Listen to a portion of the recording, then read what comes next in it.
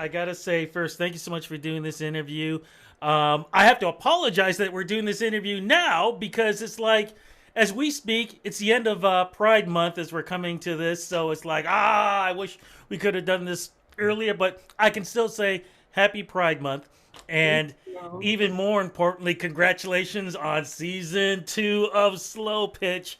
How does it feel having this amazing series where, comedy, athletics, you can't throw in athletics, imagination, just going the distance in every shape possible, whether it's on the diamond or in relationships or whatever.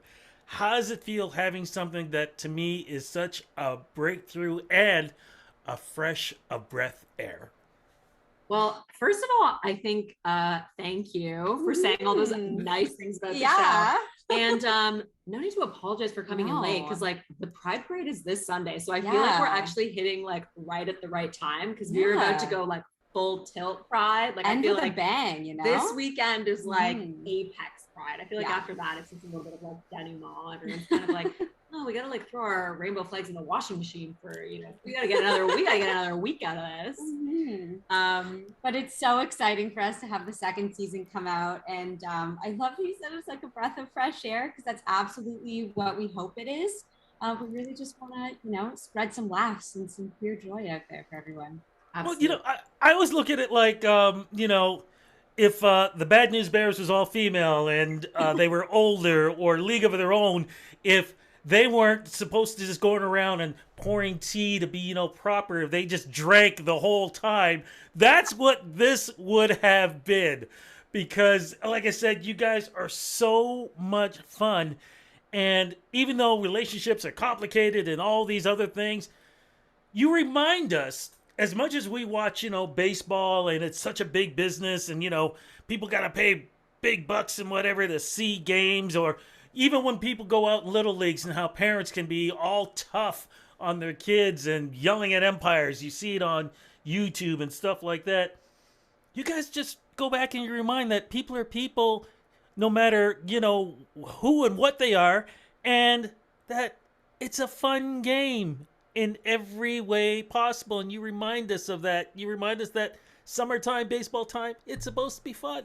That's exactly right. Yeah. And they definitely, like, our teams, they get into it seriously. Like, the stakes are high for them, even though there's absolutely nothing on the line, just like the kids at T-ball, Yeah. To them, it's really important. I actually think that's a really good idea for an episode, Ruby. Like maybe in like a future season where like Little League gets involved and like I can see Joanne like coaching a Little League and being like even more serious about it than she is with her regular team. There's something about being mean to kids that I find really funny. Like of course no one gets hurt, No. but really like being mean to kids who are playing sports is it's funny. Builds character, right? Hey, look, like I said, if people go back to the original Bad News Bears, that's exactly what was going on. So, for folks who don't know what Slow Pitch is all about, because first I want to explain it in case they haven't seen it, but it is on Prime Video if you have it, which I have. And of course, there are other channels too that they can see it on too. What is this great series about exactly? Well, the show is about Coach Joanne, who is playing in a mostly female and non-binary, mostly queer slow pitch league that is a beer league. And it's her dream to take her terrible, terrible team, very bad team, to the championships. And the team is, they're really more in it for the beer and the good times than they are for the sports. So a lot of group shenanigans happen along the way, and it's just a rip-roaring comedy that I think is sort of like a mashup of The Office meets Bad News Bears or A League of Their Own, if people are more familiar with those. Yeah, The Office meets League of Their Own, absolutely, with a whole bunch of gay sparkles all over the place. And if people are curious to watch the show, they can watch it in Canada on AMC Plus and Out TV, which is also available through the IFC platform, and as you mentioned on Prime Video as well for season 1. Exactly. So let's before we jump into season 2, let's explain your characters so Mhm. people can understand because you, Karen. All I gotta say is your name and laugh and just leave it to there. So please explain your character. Wow. Okay. So the character I play in Slow Pitch is called, her name is Boris. And she's from this place called Dinkle School. Many people, which is actually a small Germanic town in Really? Bavaria. Yes, it is a real place. And a lot of people don't think it's real, but it's a beautiful, tiny Germanic town that has a bunch of castles in it. And that is where Boris is supposed to be from. A lot of people think it's a made up country because my accent is like a poor facsimile of sort of like Bavarian accent. And she, in the first season, is desperate to get married because she really wants to stay in Canada because she loves it so much. But she's looking for love in all the wrong places, and she's a bit like a bull in a china shop in terms of her like dating tactics. So you know, the team really tries to help her out and tries to find her a green card wife. But you'll have to see what happens in season 2 in order for. To see what happens to Boris's sort of immigration woes. Hilarity, drama ensues. Yes. And I play Anne, who is a bisexual stoner. She lives in Coach Joanne's basement. And she sort of has this tacit agreement with the coach where if she agrees to play on this low pitch team, then she can access their free Wi-Fi. And the rent stays cheap. So that's what brings her into the team initially, but then romance happens, and she ends up dating a couple people on their opposing team, the Toronto Blue Jays. And Coach Joanne is not into that. She really thinks that team secrets will be spread. Okay, so because you guys are creators, co-creators of this great series, we know that folks like you always come up with these characters because they're based somewhere, somehow, on people in your lives. So can you tell us, is this true when we talk about your characters? Yep. Yeah, Knox has been looking for a green card wife for years now. We'll find her one of these days. Yeah, the character is not based on me in any way. No. But I definitely met someone in real life that inspired many aspects of Boris. Yes. And I'm very grateful to them. And also, they didn't know during the first season, but I think they know now. Oh my. Okay, so let's get you kind of hinted, but let's go a little bit more if we can, without giving too much away, hinting at what's going on in season 2, because we are talking about championships and romance. If I can I use the term romance? Is that the right word to use? Absolutely. Okay. I think there's a lot of romance in the second season. Yes. Yeah. Mainly, so Coach Joanne has a fiance, Sasha, and they have been putting off their wedding because they want the Broveries, the slow pitch team, to make it to the finals, and they keep prioritizing that. But this year, it's different. The wedding is going to happen no matter what until, well, we'll just have to watch and see. Yes. But wedding planning shenanigans. Name of the game in season 2. You know, as soon as it's shenanigans, I got shivers because I can only imagine what they are. Because what we've seen so far, like I said, so much fun. When was all this being filmed? Because of course we've been going through COVID, and I know a lot of, open, close, open. You're allowed this many people. You're not allowed this many people. And where was everything being filmed? Just curious. Yeah, we shot last fall, right? No, summer is when we shot. And the nice thing about this show is that, so much of it takes place outside, which is good for COVID. And we had to be honest, a difficult time finding a field this time around. Yeah, we did. It was like, it's actually wild. Like last summer, I think we were shooting in between July and August. Everyone wanted to be outside last summer. So every city park was booked, or, a bigger, fancier show than ours had paid a lot more money to get a field that they wanted to shoot on. So we must have looked at like 20 fields, trying to book a different place. And then we finally found perfect field. We were so excited. We were like, this is amazing. It's close to the city. It's really like, it's a gorgeous looking field. We're surrounded by forests, so sound won't be a problem. Then a week before the shoot, we found out that there was a bridge that was going to be blown up, demoed right next door to the field that we wanted to shoot on for the next couple weeks. So we had to pivot to take a nice word out of the pandemic dictionary. And we ended up shooting almost all of the second season up on the York University campus.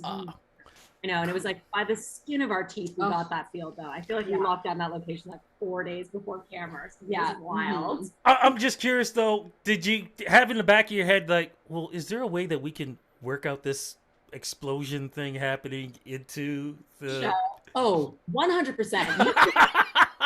Me talking to this foreman, me not knowing anything about construction. I was like, so how loud is it really going to be? And he was like this, severe old Welshman. And he's like, oh, sweetheart, it's going to be loud. And I was like, okay, but like, for how long is it going to be loud? Like, is it loud all the time? Or is it just loud for like it goes boom and then it's quiet for a little while? And he's like, no, all day, loud. And I was like, okay, all right. So I was like, I can make this work. I can charm these people into like being quiet for however long we need to. But I was wrong. If people are blowing up a bridge, you can't shoot there. Okay, now here's the other thing I was really curious about too, because there's a lot of shenanigans going on in this. And you guys filming, did you guys have privacy? The reason why I'm asking for privacy is because I can only imagine people walking by, seeing all the craziness going on, and not realizing it's a show being filmed or whatever else. Did you guys have people walking by going, what the hell is going on here? I mean, the cameras give it away a little bit, but we definitely had a lot of people walking by with dogs. It was a big dog walking area. And I think everyone enjoyed the little bits of shouting that they saw. I think so too. I think the funniest, we call them bogeys in filmland speak. I think the funniest bogey that we had this season was the opera singer in the woods. When we were filming, all of a sudden, our sound person was like, okay, we need to cut. And we're like, Amanda, what's going on? What's happening? And they were like, well, I'm picking up some opera. And we were like, what? So we all sort of like were quiet and like, tuned our little ears, and we could all hear the faint strains of like a Puccini aria wafting over the treetops. It was beautiful. It was gorgeous, but not good for clean audio. So we sent our production manager, Mike Schramm, God bless him, into the woods, simply following the sound of the Puccini. And eventually he found this opera singer who had no idea that we were filming, and who, regularly comes to these woods to practice alone so that she doesn't like annoy her neighbors in, the complex in Toronto that she lives in. So she was just being kind and like trying not to annoy her like city neighbors, trying to be like, a good Samaritan. But Mike begged her. He was like, listen, we're shooting a TV show. Do you think you could maybe go and practice your opera somewhere else? So like this poor woman, I feel so bad. I'm like, all she's trying to do is like sing opera in the woods. And we're like, we're making a television show. Go away.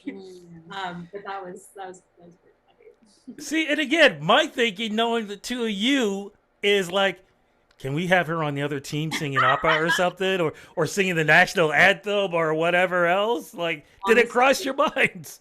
Honestly, missed opportunity right there. Yes, absolutely. We definitely could have upped the ante in terms of opera content this season. Wait a second. How can you guys up the ante when the ante has already been upped with season 2? Like, the only way you can have is like an airplane following you guys or something like that. Like, you're giving us so many ideas today. I know. Don't tempt us. Our producers will kill us. Well, here's the thing though. What do you guys hope that folks are going to get from season 2? Because season 1 was already classic. What do you hope they're going to get from season 2?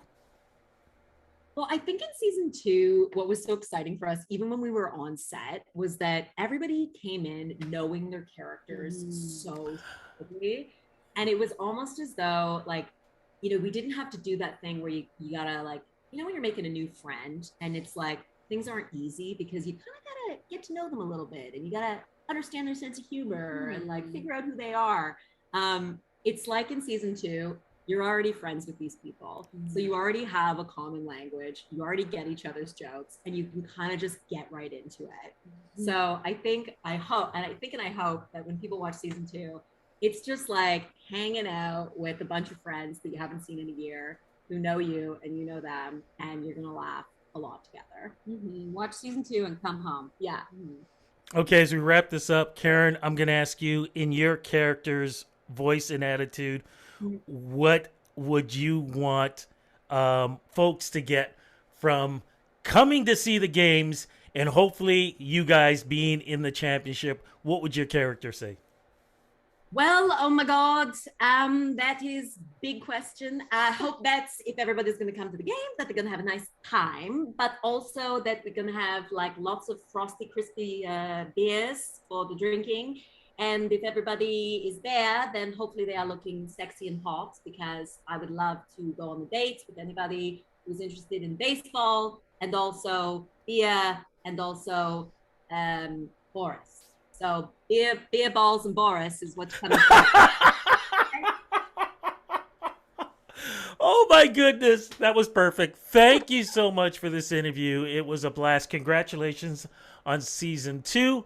Cannot wait to talk to you again for season 3, but to get to season 3, we got to get through all of this. So thank you so much, Rudy. That was super fun. Have a beautiful afternoon and a great weekend.